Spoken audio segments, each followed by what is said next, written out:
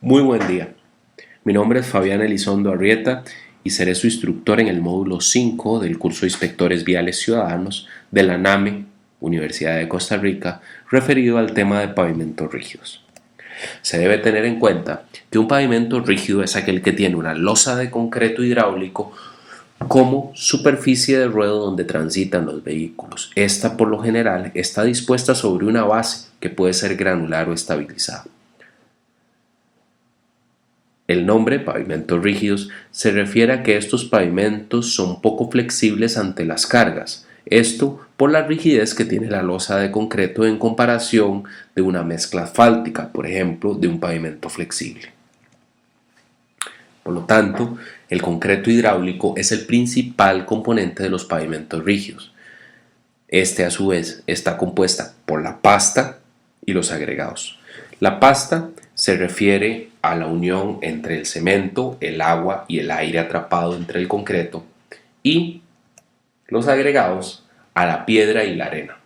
Algunos concretos llevan dentro de sus formulaciones aditivos, los cuales son utilizados para modificar algunas de sus propiedades o mejorarlas, de los cuales hablaremos un poco y de manera general más adelante. La pasta conforma la parte aglutinante del concreto y es aquella que genera la unión entre el resto de los componentes, principalmente los agregados. Por su parte, los agregados, es decir, la piedra y la arena, corresponden a 3/4 partes o un 75% del volumen de concreto. Si lo vemos de manera esquemática, en la figura inferior, vemos cómo aproximadamente entre un 25 y 35% del volumen de un concreto corresponde a esta pasta de cemento, mientras que un 65 o un 75% lo constituyen los agregados. Dentro de la pasta, el cemento equivale a un 8 a un 16% y el agua entre un 17 y un 19%. Tenemos un porcentaje de vacíos y, por supuesto, un porcentaje de arenas y agregado grueso. La resistencia del concreto. Dentro del concreto se da un proceso de hidratación del cemento con el agua.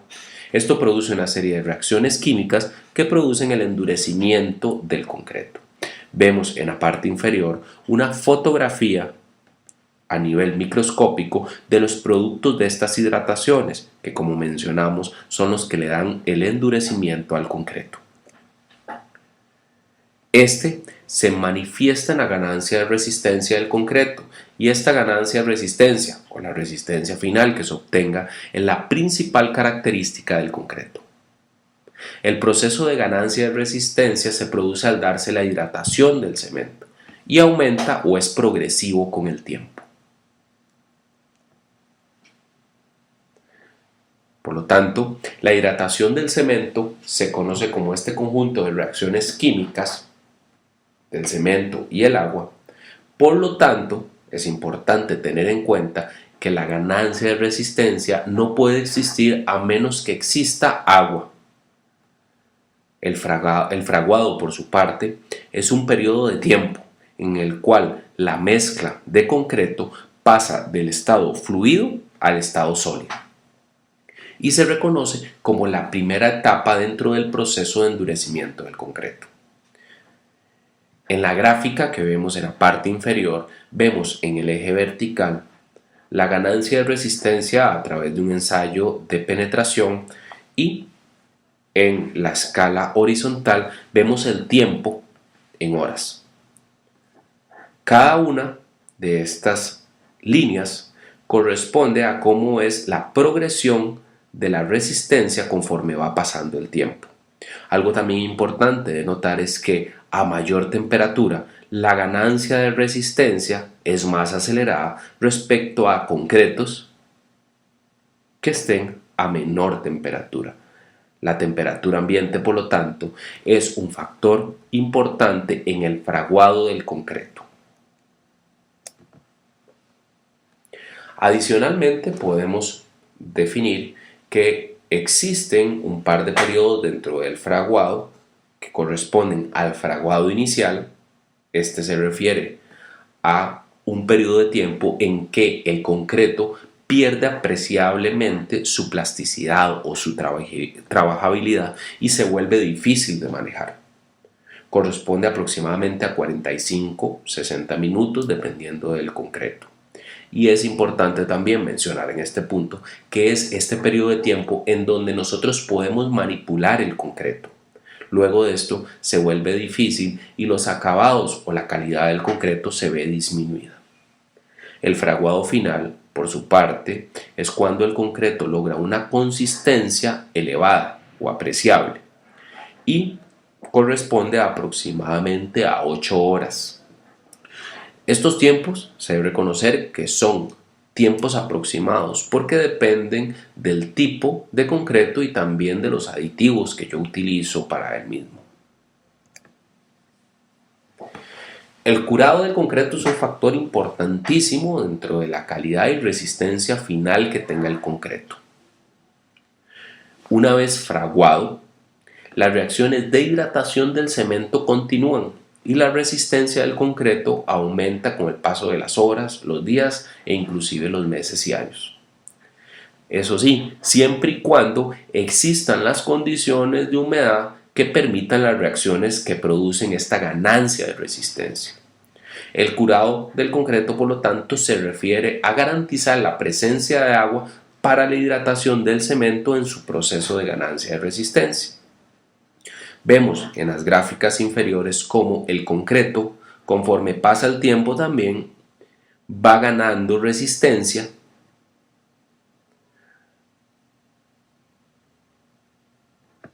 hasta llegar a la resistencia de diseño, que es aproximadamente, o se estima que es la resistencia que ha alcanzado a los 28 días.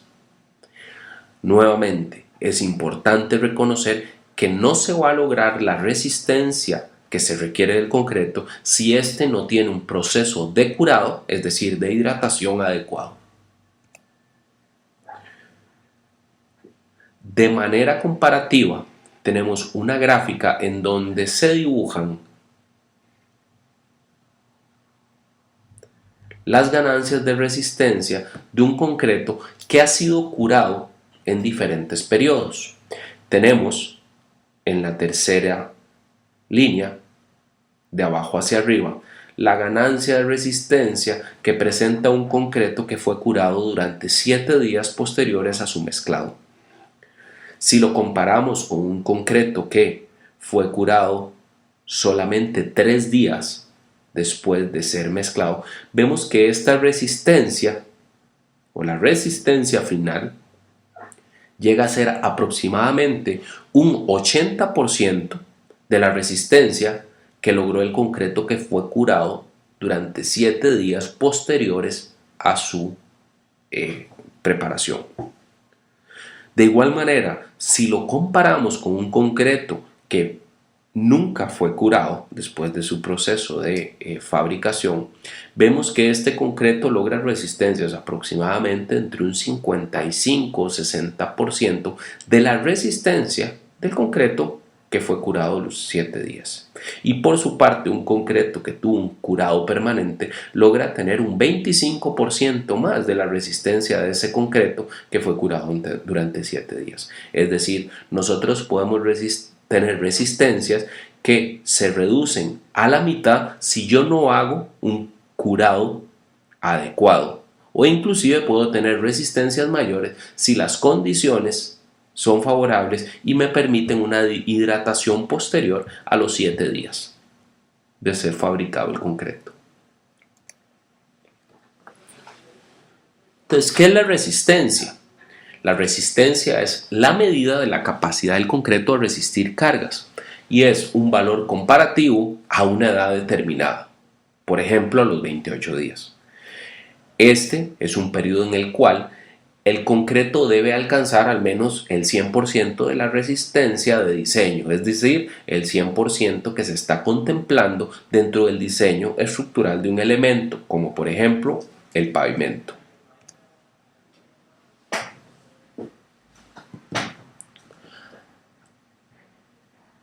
De manera ejemplificada, Un concreto a los 7 días se estima que tiene aproximadamente entre un 65 a 75% de la resistencia que va a tener a los 28 días. Esta resistencia a los 28 días es la que típicamente se conoce como la resistencia de diseño. Por su parte, si se da nuevamente un curado adecuado, a los 60 o 90 días después de ser colado el concreto, nosotros podemos tener resistencias 10 a 15% superiores a las que se tenían a los 28 días.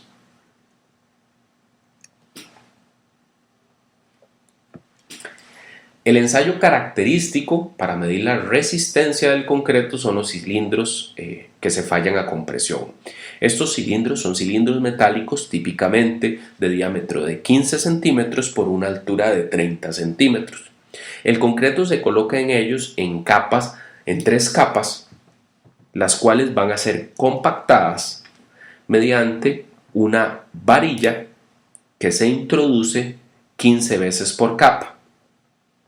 Luego se enrasa y el cilindro queda dispuesto para ser fallado a las diferentes edades a las cuales se quiere conocer su resistencia. Por lo tanto, yo fabrico los cilindros de concreto, le doy el curado adecuado a esos cilindros de concreto. Recordemos que ese curado debe ser representativo de lo que sucede en el campo, es decir, en el campo debe haber una hidratación adecuada, similar a la que se da en el laboratorio. Y luego se fallan los cilindros de concreto, en donde yo obtengo una resistencia. Por ejemplo, 280 kilogramos por centímetro cuadrado, lo cual también se conoce como F'C o resistencia de un concreto a la compresión.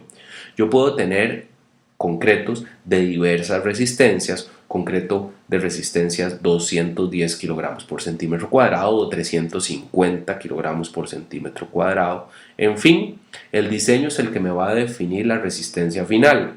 ¿Y qué tipo de concreto yo utilizo? Depende del diseño estructural del elemento que yo vaya a, o en donde yo vaya a utilizar ese concreto.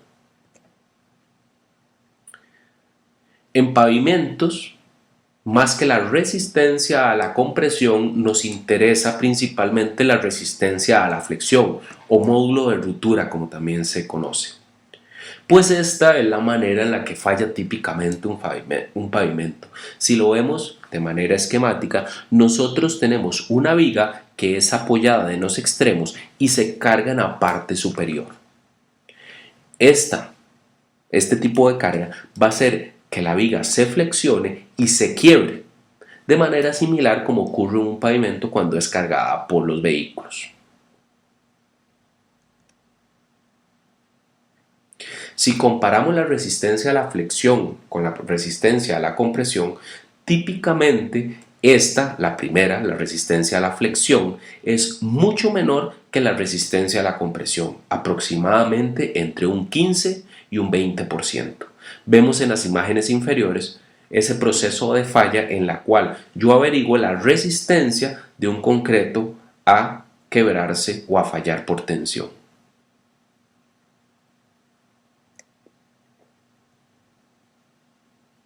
Se presenta en el siguiente gráfico un ejemplo de cómo un concreto o diferentes tipos de concreto tienen una resistencia a la flexión mucho menor a la resistencia a la compresión. Vemos que, por ejemplo, un concreto que falla a 10 megapascales a la flexión podría tener una resistencia a la compresión de 55 megapascales, mucho mayor que esa resistencia a la flexión. Hablaremos ahora de la importancia del agua en la preparación del concreto. Existe una relación conocida como la relación agua-cemento, que es uno de los parámetros más importantes en la fabricación de los concretos, pues de ella depende la resistencia final del concreto. La resistencia del concreto o su relación con esta relación agua-cemento se refiere a la relación que existe entre el peso del agua dividido entre el peso de cemento que yo utilizo en una mezcla de concreto. Es así como la relación agua-cemento, si yo incremento la cantidad de agua, esta relación aumenta. ¿Por qué? Porque estoy dividiendo una mayor cantidad de agua entre una cantidad de cemento. Entonces este valor aumenta. Por su parte, si yo reduzco la cantidad de cemento, la relación de agua-cemento también aumenta. ¿Por qué? Porque estoy dividiendo una cantidad de agua entre una menor cantidad de cemento. Lo que es importante saber de la relación agua-cemento es que conforme aumenta la relación agua-cemento, se da una disminución de la resistencia final del concreto. Es decir, que cuando yo aporto más agua a un concreto para la misma cantidad de cemento, o cuando aumento una menor cantidad de cemento para la misma cantidad de agua, yo tengo menor resistencia. Por lo tanto, si yo quiero mayor resistencia en un concreto, yo necesito reducir la relación agua-cemento. ¿Y cómo logro esto?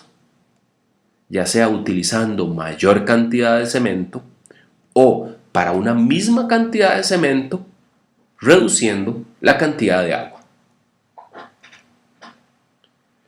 Se muestra en la siguiente figura la resistencia en el eje vertical de diferentes concretos a los 28 días y vemos cómo al aumentar la relación agua-cemento,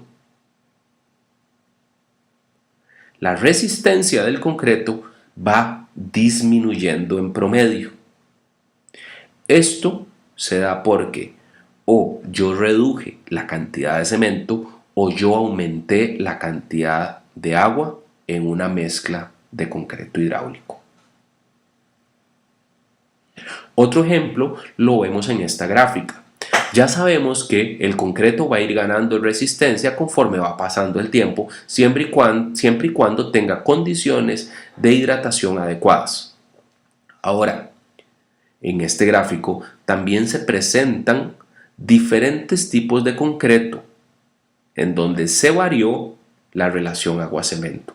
Vemos cómo la curva verde es aquella que tiene una mayor cantidad o una mayor relación agua-cemento respecto a las otras. Tenemos una relación agua-cemento de 0.71 para la curva verde, una relación agua-cemento de 0.53 para la curva azul y una relación de 0.4 para la curva roja, que es aquella que obtuvo la mayor resistencia.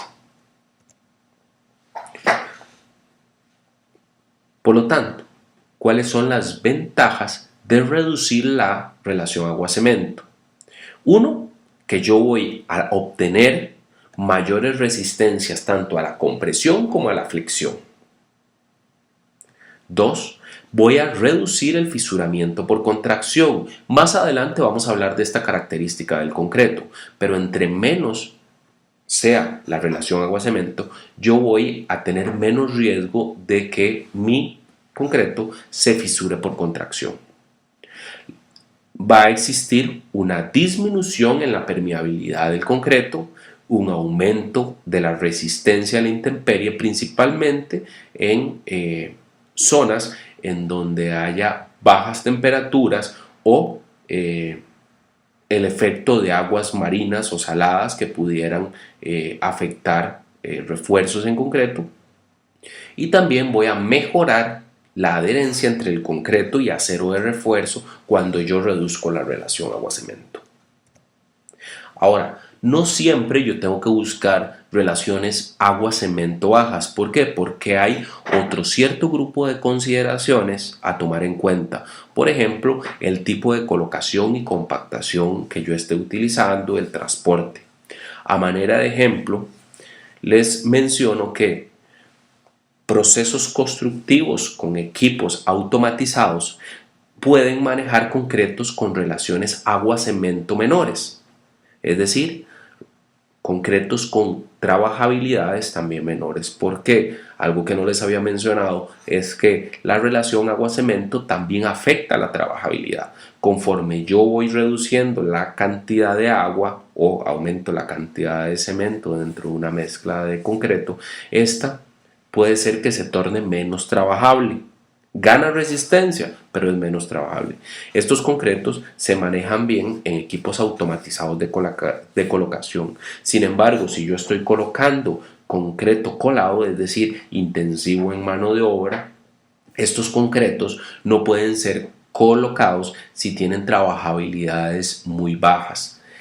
Por lo tanto, yo requiero relaciones agua-cemento un poco mayores que me den esta trabajabilidad que me permita colocar el concreto de esta manera. La trabajabilidad del concreto, o revenimiento como se le conoce, sirve para valorar la fluidez y facilitar la colocación del concreto.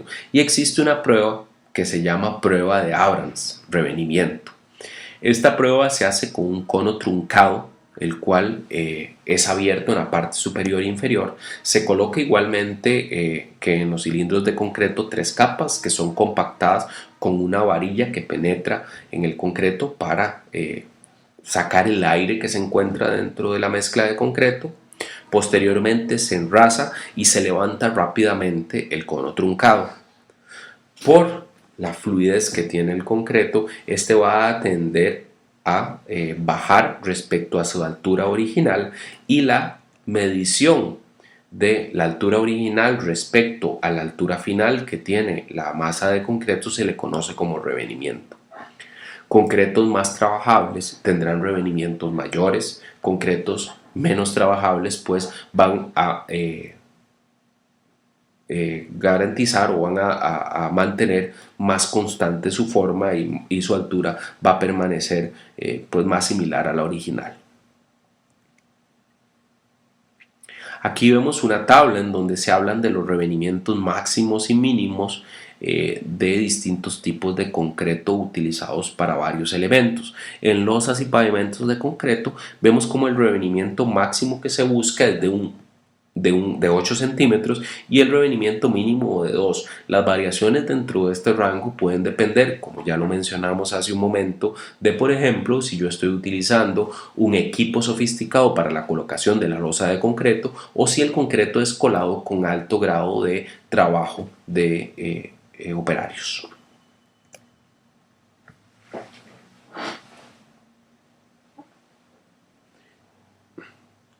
El diseño de una mezcla de concreto.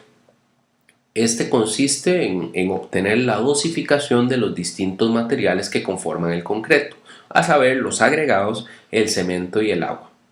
Esto para lograr una mezcla que cumpla con requisitos de resistencia, que ya vimos que es uno de los parámetros más importantes, trabajabilidad, que me va a garantizar que el concreto pueda ser colocado mediante los equipos que yo tengo en el sitio, y por supuesto la economía. Yo estoy tratando de buscar un concreto que me cumpla con la resistencia y la trabajabilidad de una manera o de la manera más económica posible. Las proporciones de cada material requeridas para lograr esta resistencia y esta trabajabilidad dependen de los agregados y el cemento que yo estoy utilizando. Es decir, si yo estoy utilizando agregados distintos, las dosificaciones que yo voy a requerir de agua y de cemento pueden modificar para una resistencia definida, para lograr esa resistencia. Es necesario, por lo tanto, y es algo que nosotros enfatizamos, que es necesario realizar un diseño de mezcla de concreto para conocer cuáles son estas dosificaciones para los materiales con los que yo voy a trabajar. A manera de ejemplo, sacamos esta información del Manual de Elaboración de Concreto en Obra, que tiene como fuente el ICIC, el Instituto Costarricense del Cemento y el Concreto, en donde se brindan diferentes dosificaciones para diferentes tipos de materiales. Hablamos inicialmente de un cemento de uso general, en donde va a ser combinado con diferentes tipos de arena y de agregado grueso para lograr un concreto de 210 kilogramos por centímetro cuadrado a los 28 días. Estamos hablando de unidades de medida de cajón de 34 centímetros por 34 centímetros. Veamos cómo para lograr esos 210 kilogramos por centímetro cuadrado a los 28 días. Si yo utilizo arena de río, yo voy a requerir un saco de cemento, 3 cajones de arena de río cuando utilizo agregado de 19 milímetros, 2,5 cajones de este agregado de 19 milímetros y 1,5 cubetas de 19 litros de agua. Sin embargo, si yo estoy utilizando en vez de agregados gruesos de 19 milímetros de tamaño máximo, un agregado de 16 milímetros, yo necesitaré 3 cajones de agregado grueso y 2,5 cajones de arena del río. Veamos cómo, y es importante hacer notar esto, que las dosificaciones varían para la misma resistencia a los 28 días dependiendo del tipo de material que yo esté utilizando.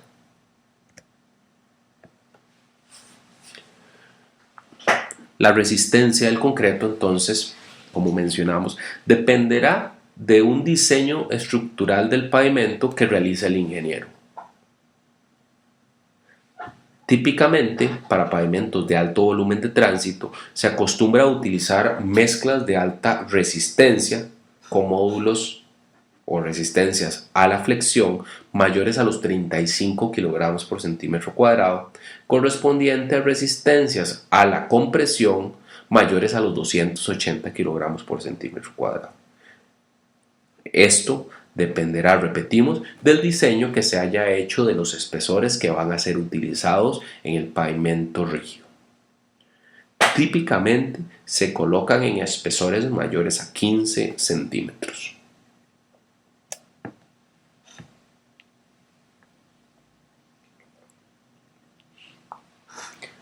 Como mencionamos, los aditivos de concreto o para el concreto son adiciones que se incorporan dentro de un diseño y dentro de una mezcla de concreto hidráulico para variar algunas de sus propiedades. Mencionamos solo algunos que son de los más utilizados. Por ejemplo, tenemos aditivos retardantes de fragua.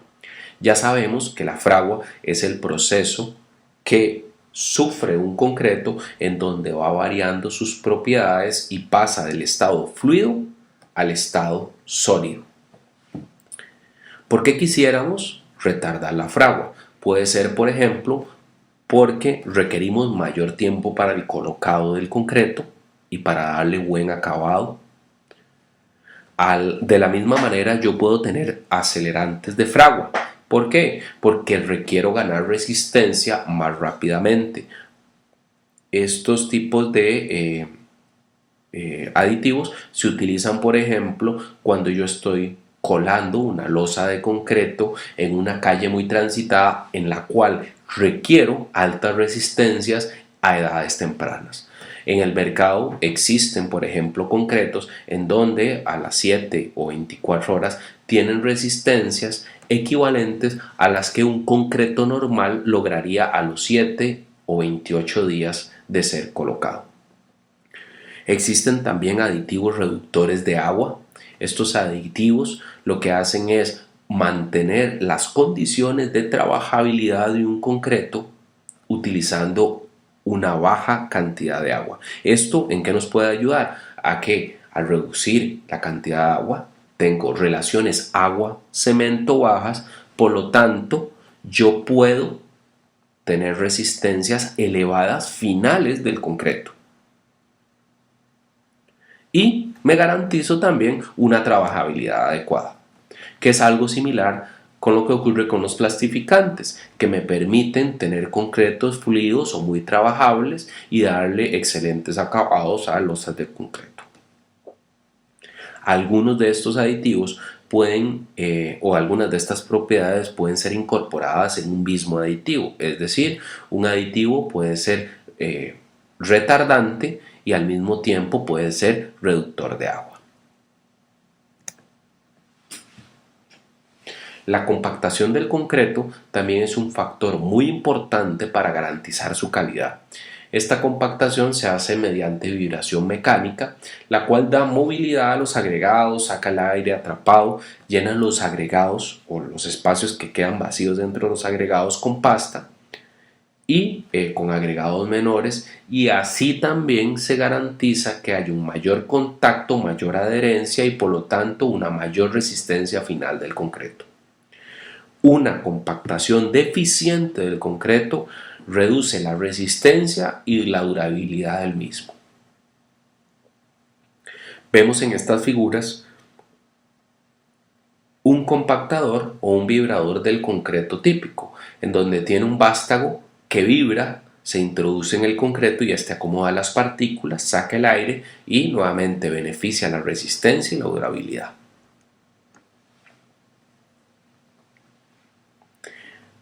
Esta gráfica que vemos a continuación relaciona el contenido de vacíos que tiene un concreto con la reducción en resistencia.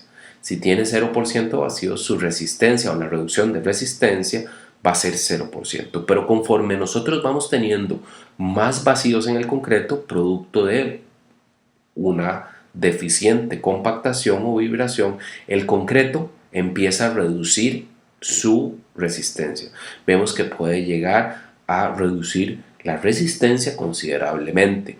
Vemos acá un gráfico en donde está la resistencia a la compresión, la resistencia a la flexión y también el módulo de elasticidad o la rigidez del concreto.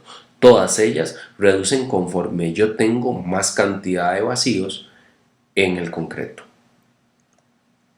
Otro ejemplo de la influencia de la compactación en el concreto es esta gráfica, en donde tengo para un mismo concreto diferentes condiciones de resistencia al tener un concreto vibrado respecto a un concreto no vibrado.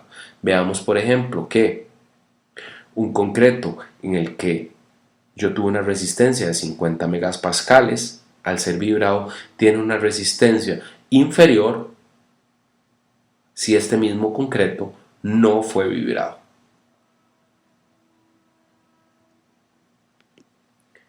La segregación del concreto. La segregación del concreto se refiere a la separación que existe entre la pasta de los agregados, ocasionando deficiencias en la calidad del concreto, tanto en la resistencia como en el acabado. Esta segregación puede ser producto de un exceso en la vibración del concreto, un diseño de mezcla deficiente, en donde puede ser que las partículas de agregado no queden suspendidas dentro de la pasta, sino que se vayan desplazando hacia abajo en una losa de concreto. Realizar la compactación introduciendo el vástago del vibrador diagonalmente, como se muestra en la fotografía. Esto produce segregación del concreto.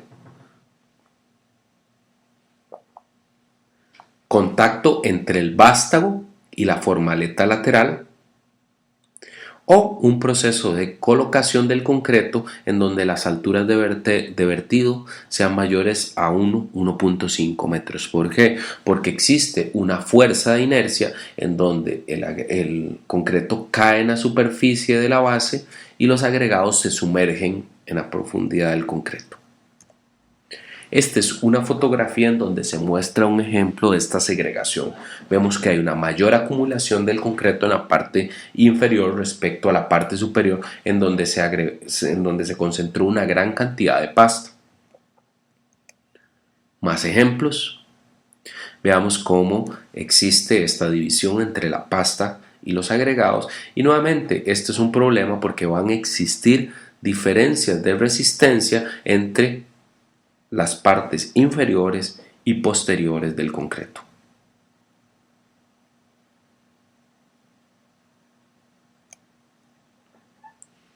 El fisuramiento por contracción plástica se refiere a agrietamientos que se producen en la superficie del pavimento. Se forman en la superficie del concreto fresco inmediatamente después de su vaciado y se presentan en superficies horizontales. Usualmente son paralelas entre sí y relativamente superficiales. Se generan cuando altas tasas de evaporación provocan que la superficie del concreto se seque antes de que haya fraguado, es decir, antes de que haya logrado una resistencia mínima que evite que estas grietas se abran. El desarrollo de estas grietas puede ser minimizado si se toman medidas apropiadas durante el vaciado y el acabado o terminación del concreto. Entonces debemos reconocer que las condiciones que generan altas tasas de evaporación superficial son las que van a producir este agrietamiento superficial, como por ejemplo una velocidad del viento superior a 8 km por hora, una baja humedad relativa del ambiente o altas temperaturas ambientales del concreto. ¿Cómo podemos nosotros mitigar estas causas de fisuramiento por contracción? Si tengo altas velocidades del viento, yo puedo colocar barreras que eviten que el viento pase rápidamente sobre la superficie del concreto secándola. Si yo tengo una baja humedad relativa, yo puedo utilizar aspersores de agua o pulverizadores de agua que me permitan tener sobre la losa de concreto condiciones de humedad relativa un poco mayores, y en aquellos casos en donde tengo altas temperaturas ambientales o del concreto, yo puedo pensar en hacer los trabajos de construcción en horas nocturnas y de la madrugada, en donde las temperaturas aún no han llegado a las máximas diarias.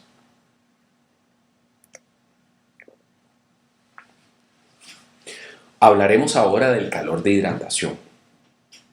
Ya sabemos que el concreto va a reaccionar químicamente, o el cemento y el agua que se encuentran dentro del concreto van a reaccionar, y lo que no les había mencionado es que estas reacciones producen o generan calor. A esto se le llama reacción exotérmica. Es decir, existe un incremento de la temperatura del concreto y esto evapora el agua y produce un cambio de volumen en el concreto. ¿Por qué? Porque perdemos materia dentro del concreto. En el gráfico anterior, en el gráfico inferior y de manera demostrativa, se ve cómo una vez que yo mezclo el concreto, este empieza a elevar su temperatura, partiendo de una temperatura ambiente cercana a los 25 o 28 grados centígrados y empieza a incrementarse.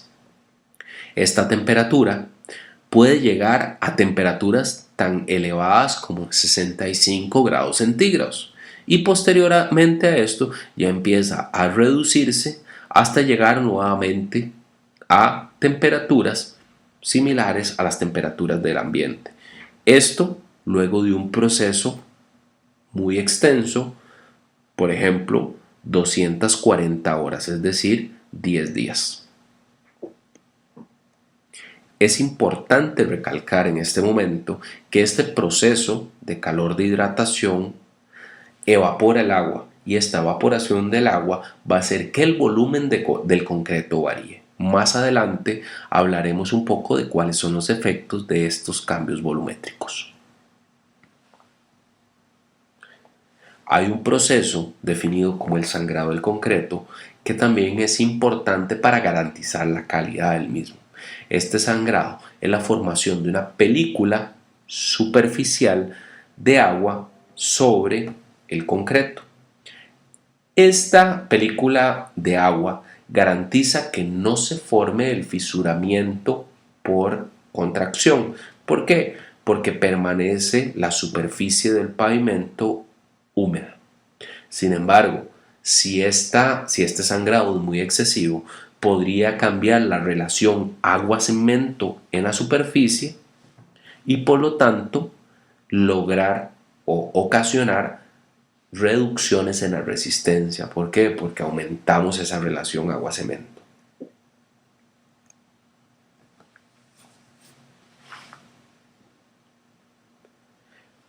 Hablaremos ahora de los cambios de volumen y agrietamiento. El concreto se contrae y se expande con los cambios de temperatura y humedad. Esto es un proceso normal del concreto. La tendencia general de este proceso es a contraerse y esto causa agrietamiento a edades tempranas. Imaginemos lo siguiente: si el concreto tiene un volumen inicial, el cual empieza a reducirse por los cambios de temperatura y humedad, va a generar grietas que se producen cada cierta distancia en una losa de concreto, que son irregulares, feas y difíciles de manejar en busca de la mitigación de sus efectos colaterales, por ejemplo, la penetración de agua o arena y piedra dentro de estas grietas que van a desastillar las losas de concreto. Vemos acá una fotografía en donde se dan grietas producto de esta contracción o cambio de volumen de la losa de concreto. Otros ejemplos definitivamente afectan la calidad del concreto y del pavimento rígido. Ahora bien, esta contracción es debida a un gradiente térmico o a un gradiente de humedad, es decir, a un cambio de temperaturas o a un cambio de humedades. La reducción de temperatura debido a la disminución del calor de hidratación del concreto y a la disminución de la temperatura durante la noche. Recordemos que hay una ganancia de temperatura por las reacciones que se dan dentro del concreto. Esto hace que se expandan los materiales agregados, cemento y agua, que se encuentran dentro del concreto.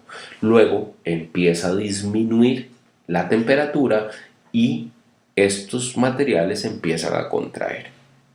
Asimismo, el sangrado de agua en un concreto y la evaporación durante la consolidación y el fraguado de la mezcla, también producto de esas temperaturas, hacen que el volumen se reduzca, es decir, se da una contracción del concreto. Esta contracción es la que me produce estas grietas en la losa de concreto, que típicamente hablamos de que están distanciadas entre 12 y 45 metros y se dan usualmente entre las primeras 12 o 24 horas de ser colocado y colado un concreto.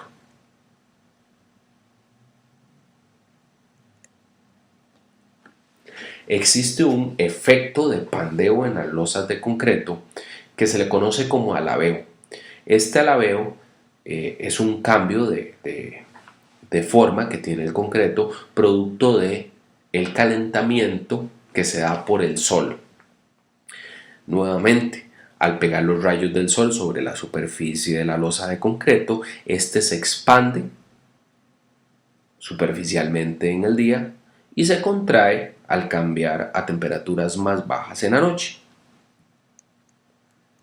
Ahora, imaginemos el paso de un vehículo. El paso del vehículo va a ocasionar que se produzcan esfuerzos de tensión, es decir, esfuerzos en la parte inferior que tienden a separar o a quebrar la losa y producen una grieta. Si yo sumo el efecto del agrietamiento por contracción, por cambios de volumen referidos a pérdida de humedad y cambios de temperatura, más el agrietamiento que se da por las cargas, por este alabeo y el efecto de las cargas sobre la losa, yo tengo al final una secuencia de grietas como la que vemos en la figura inferior, en donde tengo grietas que se separan unas de otras entre 4 y 6 metros.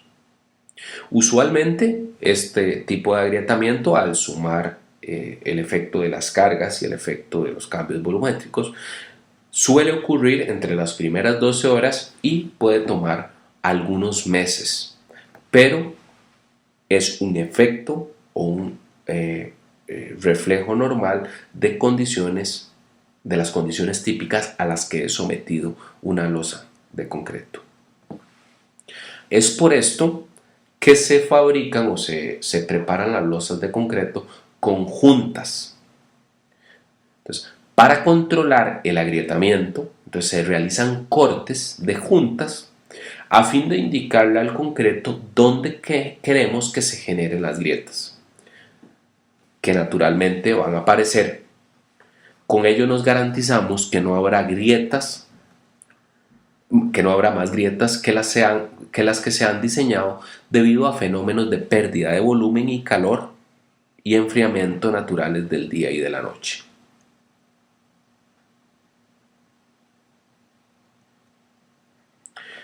Típicamente, estas juntas tienen una profundidad de una cuarta parte o una tercera parte del espesor total de la losa y suelen tener un espesor entre los 3 milímetros y los 9 milímetros aproximadamente.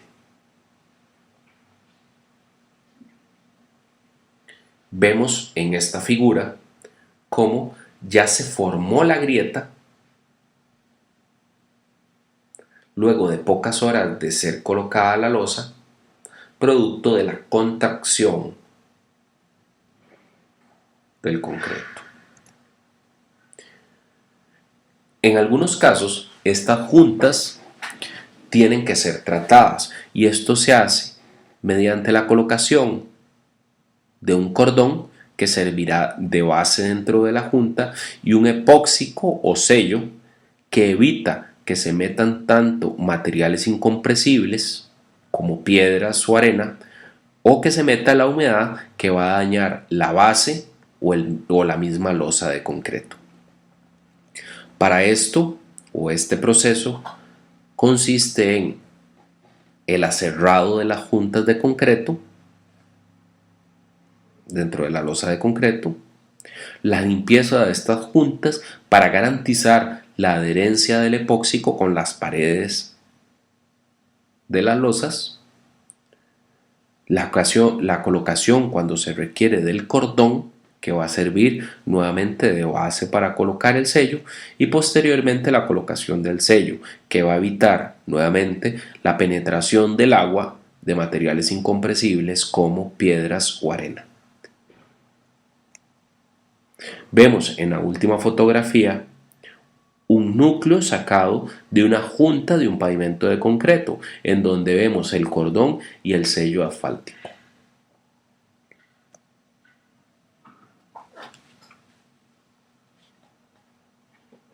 Por último, las juntas en losas de concreto están espaciadas o deben estar espaciadas como máximo cada 5 metros. Típicamente, el espaciamiento es entre 3 y 3.5 metros y en algunos casos se utilizan losas de 1.5 metros o juntas más frecuentes. A este tipo de pavimentos se les llaman pavimentos de losas cortas.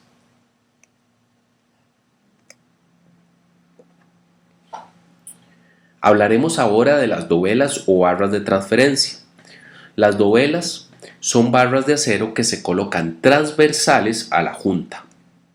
Su función es transferir la carga de una losa a la otra y con esto se logra una mejor resistencia y evita que la losa de concreto se quiebre. Estas barras de acero son colocadas a la mitad del espesor de la losa de concreto. Tienen típicamente diámetros de 32-38 milímetros, longitudes aproximadamente de 75 centímetros y como vemos aquí están colocadas exactamente en la junta. Vemos acá una fotografía en donde esta es una junta de construcción, es decir, es el final de un día de trabajo.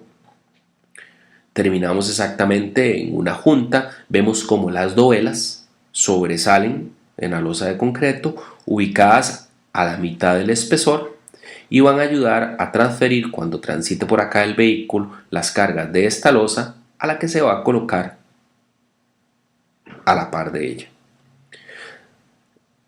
En todas estas juntas que se fabricaron en este pavimento existen dovelas que van a ayudar a la transferencia de carga. Vemos acá la disposición de dovelas en un pavimento.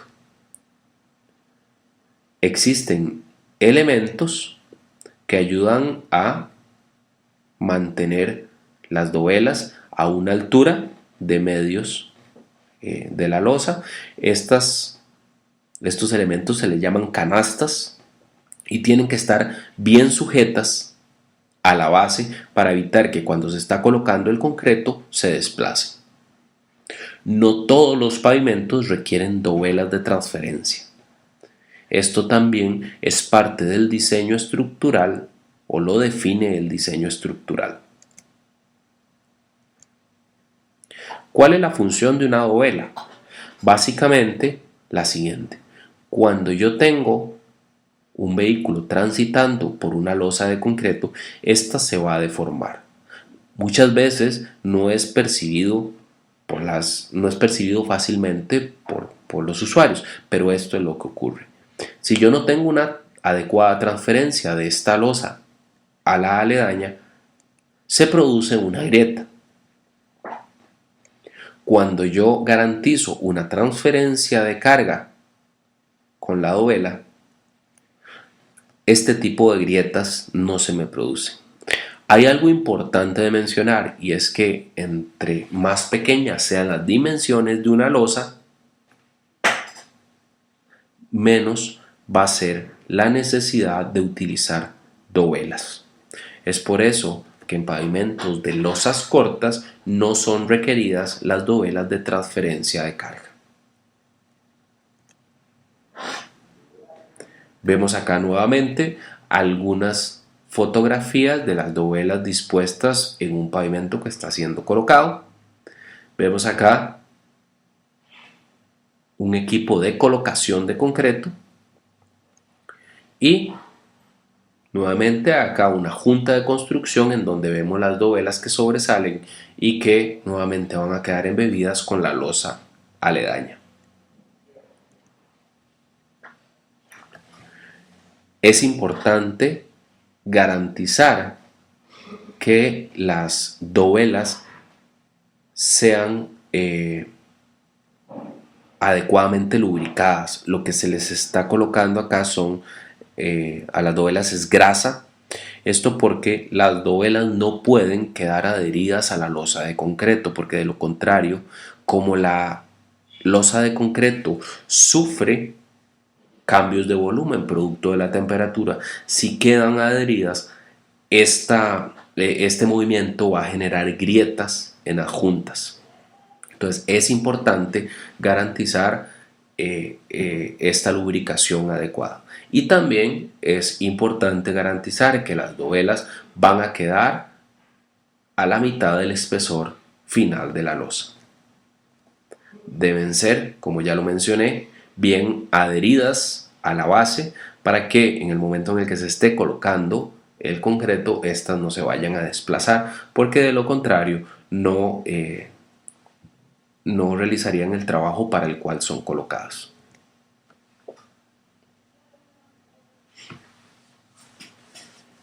Tipos de pavimento de concreto.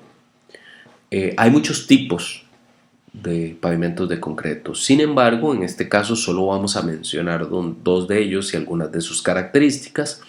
Están los pavimentos de concreto colados y los pavimentos de concreto extruidos.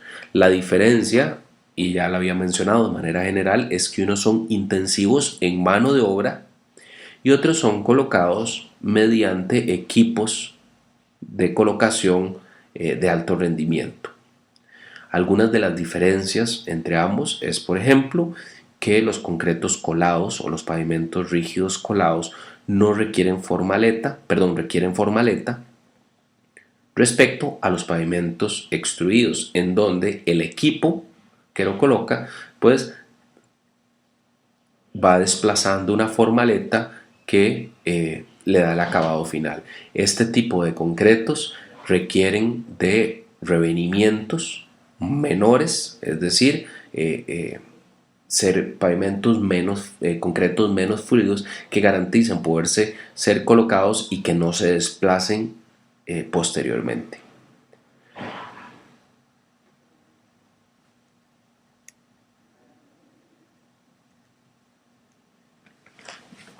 Dentro del proceso constructivo y control de calidad, vamos a mencionar algunos pasos que debe seguir un inspector para garantizar la calidad del concreto.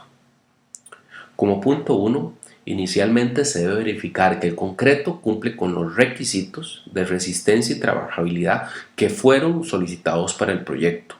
Esto, por supuesto, antes de ser colocados. En aquellos casos en donde se adquiera el concreto de una empresa, se debe solicitar la boleta en donde se dé fe de que el concreto cumple con estas características. En aquellos casos en donde el concreto se ha colado mediante otros medios o fabricado, mediante otros medios, debe seguirse un diseño de mezcla apropiado realizado por un laboratorio.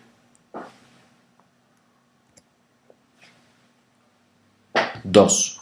Se debe verificar que las condiciones climáticas, por ejemplo la temperatura, el viento o posibilidad de lluvia, no provocarán algún problema durante el proceso constructivo.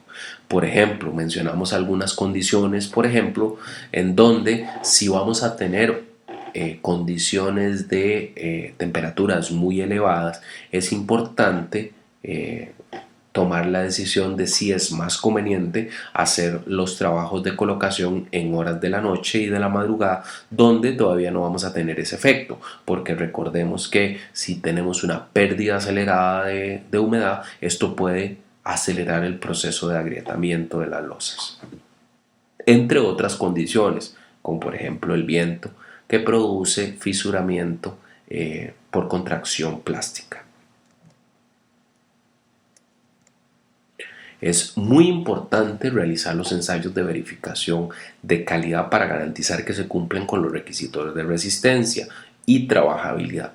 Aquí tenemos el moldeo de cilindros básico en los pavimentos de concreto para garantizar las resistencias, el moldeo de vigas para obtener la resistencia a la flexión. Se debe tener en cuenta que una vez moldeados o colocados el concreto en los moldes, este debe permanecer al menos 24 horas mientras el concreto ha fraguado para ser movilizado a un laboratorio. Luego de esto debe ser curado adecuadamente, pero sobre todo tenemos que tener en cuenta que en el proyecto se va a hacer un curado adecuado de la losa de concreto. 4. La colocación de las dovelas. Las dovelas deben estar bien sujetas a la base para evitar desplazamientos, porque de lo contrario se van a reflejar grietas por la falta de movilidad de las dovelas. Deben ser bien lubricadas con grasa para que permitan el movimiento de contracción de las losas de concreto, y deben quedar alineadas perpendicularmente al corte de la junta, de lo contrario no podrán moverse libremente y el concreto se fisurará. 5. Se debe hacer una colocación correcta del concreto. Recordemos que el concreto debe ser vibrado para compactarse correctamente. Esto aumenta o garantiza la resistencia del concreto. Se recomienda humedecer la base previo a la colocación del concreto sin dejar excesos de agua en la superficie para que la base no absorba el agua del concreto y pueda cambiar la relación agua-cemento o restringir la cantidad de agua con la que se dan las reacciones químicas que garantizan la resistencia. Se debe colocar la formaleta correctamente. Se debe evitar lanzar el concreto a alturas inadecuadas para que no se produzca segregación del concreto, y se debe planificar el proceso de construcción de tal manera que el concreto sea colocado de una manera continua y no se hagan juntas de construcción frecuentes. Esto se garantiza solamente planificando el avance del proyecto y qué tanto concreto yo requiero en el proyecto y debe ser suministrado a la obra. Debo garantizar, como punto sexto, un excelente acabado. Y para esto yo debo contar con equipo adecuado, si estoy colando el concreto, con coales vibratorios, con flotas, llanetas y equipo de vibración. Y si estoy trabajando con concreto extruido, con losas de concreto extruido, con equipos más sofisticados, debo garantizar la correcta operación de este equipo. Muy importante, me debo mantener dentro de los tiempos de manejo adecuado del concreto. Hablábamos de la fragua inicial, que es el tiempo en el que el concreto pierde esta trabajabilidad y que me permite lograr acabados adecuados. Hablábamos de 60 minutos aproximadamente, pero esto depende también del tipo de concreto y si yo estoy utilizando no aditivos. Y es muy importante contar con personal experimentado para lograr los acabados que se requieren. El punto 7 es garantizar un texturizado adecuado. No había mencionado este punto anteriormente, pero es muy importante darle un texturizado a la superficie del pavimento que permita que ante el frenado de un vehículo este no derrape. Nuevamente, para esto yo tengo que tener equipo adecuado, el personal debe estar capacitado y me debo mantener dentro de los tiempos de manejo adecuados. El texturizado del concreto se da una vez que ha transcurrido el fraguado inicial. Si yo me espero mucho, es muy probable que la profundidad que debe ser garantizada del ranurado entre unos 5 y 8 milímetros no se logre. Adicionalmente, el ranurado debe ser o se debe garantizar que quede paralelo entre sí, y esto se hace a través de una guía u otros equipos como este marco que vemos en esta fotografía, en donde se garantiza que el ranurado quede paralelo uno de otro. Como punto 8, yo debo garantizar el curado del concreto. Actualmente lo más recomendado es el uso de membranas de curado. Estos son materiales que se rocían sobre la superficie del concreto para evitar que el agua se evapore y quede dentro de la losa de concreto. Esto ayuda a que se den las reacciones químicas durante todo el proceso de curado. Estas membranas de curado deben ser rociadas garantizando que todo el área superficial quede cubierta. Debe colocarse dentro de los tiempos adecuados luego del texturizado del concreto. Por lo general tienen una tonalidad blancuzca, aunque hay de otros colores, que pueda ser evidente para ubicar dónde fue colocada o no la membrana de curado.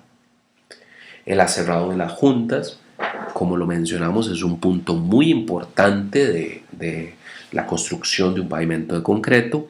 Este aserrado de juntas me va a definir dónde es que se me van a producir las grietas naturales de contracción de una losa de concreto. Para esto yo debo contar con equipo adecuado y personal capacitado nuevamente. Mantenerme dentro de los tiempos de manejo adecuados. Este tiempo es el momento en el que yo puedo subir o colocar el equipo de corte sobre la losa sin dejar marcas. Adicionalmente, yo no puedo esperar mucho tiempo por dos razones. La primera, porque si espero mucho tiempo, ya se me va a haber producido la grieta de contracción. Y lo segundo, porque hay un mayor consumo de discos diamantados de corte entre mayor sea la resistencia del concreto, es decir, entre mayor tiempo haya pasado. Se debe también realizar el sellado antes del paso de los vehículos, en aquellos casos en los que se vayan a cerrar las juntas. Por lo general, cuando las juntas son muy muy angostas, es decir, andan en el rango de 3 a 5 milímetros, y esto es típico en pavimentos de losas cortas, tiende a no sellarse estas juntas. Sin embargo, en pavimentos en donde las juntas sean más abiertas, es importante hacer el sellado porque es aquí donde se van a meter los materiales incompresibles que me van a desastillar las losas. Adicionalmente, penetra sobre estas juntas agua que me puede dañar la base en donde se apoya la losa de concreto y producir socavaciones que terminan en agrietamientos de las losas. Se deben limpiar correctamente las paredes de la junta para garantizar que el sello se va a adherir de una manera adecuada. Por último, para garantizar la calidad de un pavimento de concreto, en donde hablamos de resistencia, durabilidad y economía, debemos garantizar la calidad de los materiales, agregados, cemento y el concreto. Debemos garantizar un control, colado y curado adecuado. Ya vimos la importancia de estos aspectos en la calidad final del concreto, y debo tener un diseño, una dosificación controlada que me garantice economía, durabilidad y resistencia. Todos estos aspectos yo los debo tomar en cuenta para que al final tenga un concreto de calidad y un pavimento que tenga una vida útil adecuada. Muchas gracias.